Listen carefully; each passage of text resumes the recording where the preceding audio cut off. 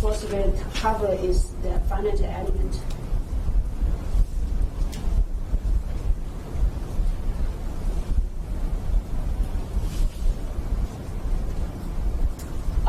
So for finite element method, there are a lot of special elements developed to account for stress singularity. And how many of you guys have experience with finite element? Okay. So probably you know that finite, basically there's no method that can simulate the singularity problem, right?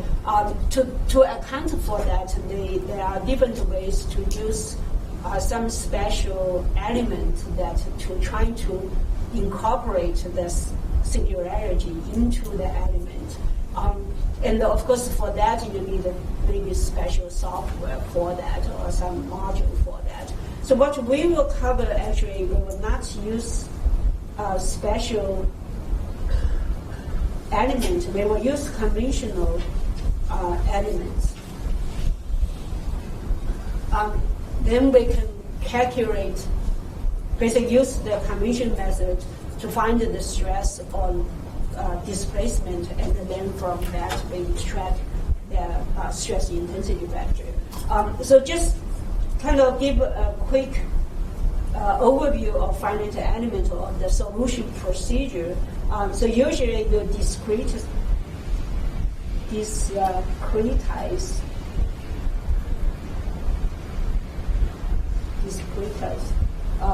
the elastic body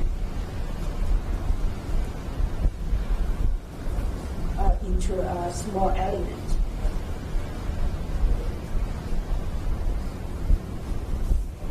And that's what we call the meshing.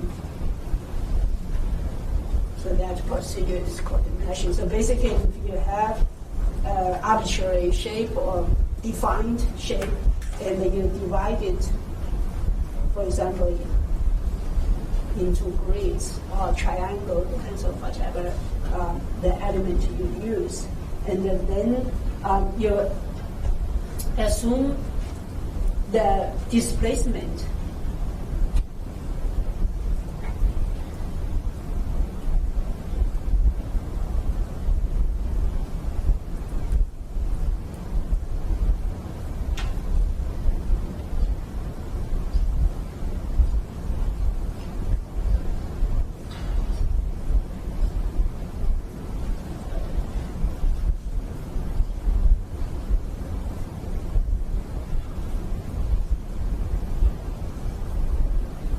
So a node, basically, so one element, so if I look at this element, you could have 4 nodes or you could have 8 nodes, depends on the shape function you use. And you essentially assume that the displacement are somehow on these nodes, these nodes are related by this shape function. And then you establish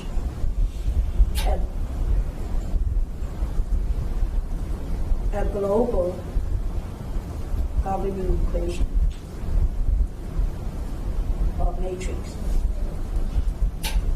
So usually you have your K is your stiffness matrix, and then your U is your displacement, and then your F is your force applied in the boundary, and then you apply the boundary.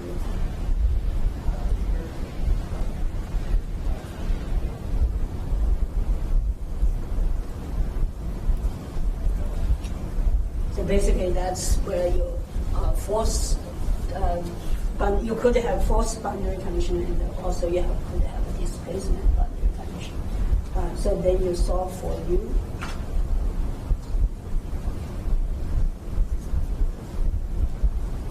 From the boundary condition. And then once you know U, then you calculate.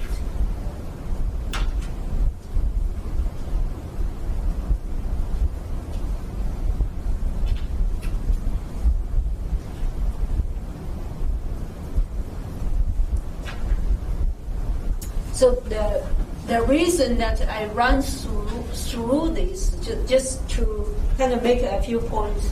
One is you have quite a few steps of approximation in your finite element method. One is obviously you divide your body, a continuous body, into small elements. At the boundary, of course, you have some approximation, right? Then you assume the displacement is governed by a shape function. Again, that is an approximation. And so then you solve for it. So it depends on what shape function you use. Obviously, your solution could be more or less accurate.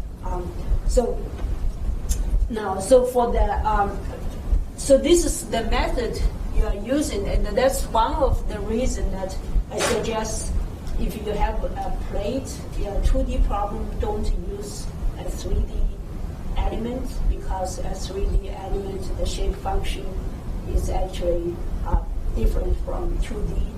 It's actually less accurate, the shape function, than the 2D. So that's, just keep that in mind.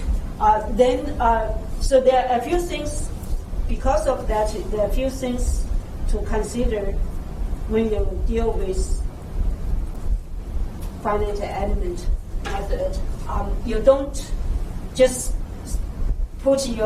generate your model in your SolidWorks or Pro-E or whatever CAD software, dump it to finite element, click button, and say, okay, that's my result, right? You have to think of every step, what kind of error you could introduce to your solution. So the first is for the meshing. That's the first approximation you have, is you approximate a continuous body into element. So you need to consider is the mesh density.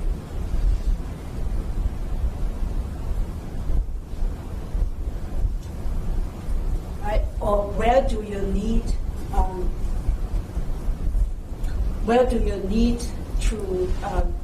to adjust the density of your mesh? So usually is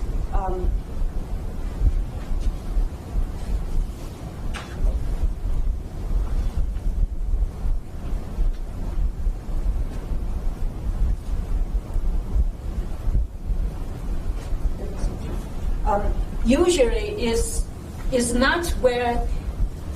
What's the principle of how do you decide where you want to dense meshes in finite element? Where the stress changes too much.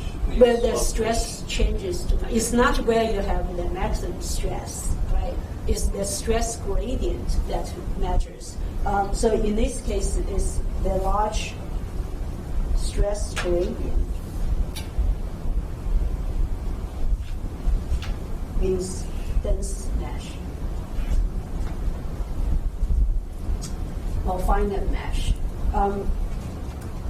The second thing is, so this probably if you want to have something visual, is the approximation of, say, numerical integration. If you have something, for example, over here, I'm doing the extreme and over here. If I do the integration of this is x and y. Over here, whether I have one element or two elements really doesn't matter, right? But if over here, whether I have one element, so in one element I approximate like that, or two elements is I approximate like that. That makes a huge difference, right? So this is, so if you, when you do your finite element measure, think of this graph is essentially a numerical integration. How do you use, in this case, a rectangle to approximate a curve that varies? Okay. So that's the first consideration. The second consideration is 2D versus 3D. And as I said, you go with 2D if possible. So this kind of similar to the problem we had, the flipped classroom problem with the pressure vessel. You cannot calculate a pressure vessel using 2D model, right? But you can actually approximate the problem as a 2D problem, and you probably get very good results. Okay.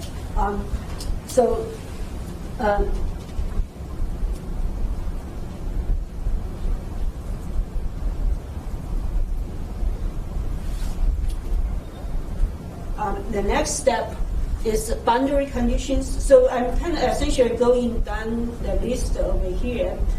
The first step is related to mesh. The second related to the shape function you use, whether it's 2D or 3D.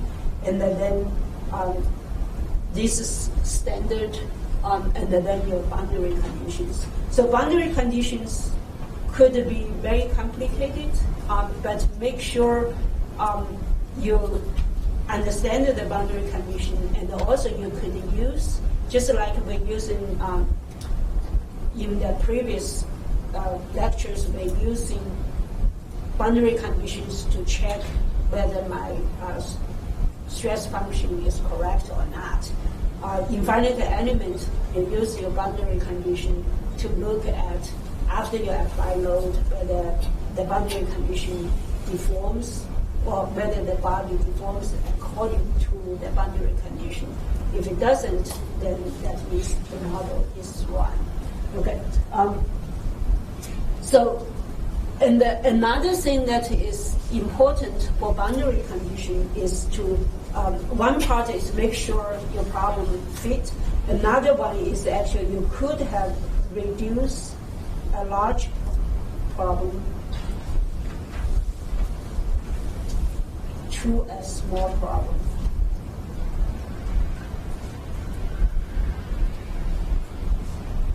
So in that case, in this sense, the boundary condition is a very general case. So I will give you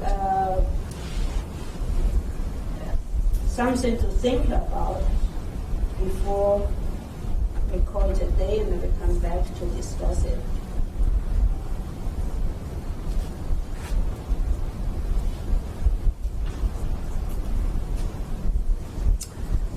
So, for example, in this case, we have a large plate connected to a small plate through a fillet.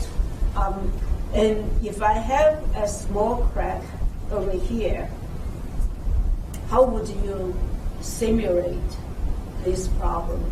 And what would be the most efficient way to simulate this problem?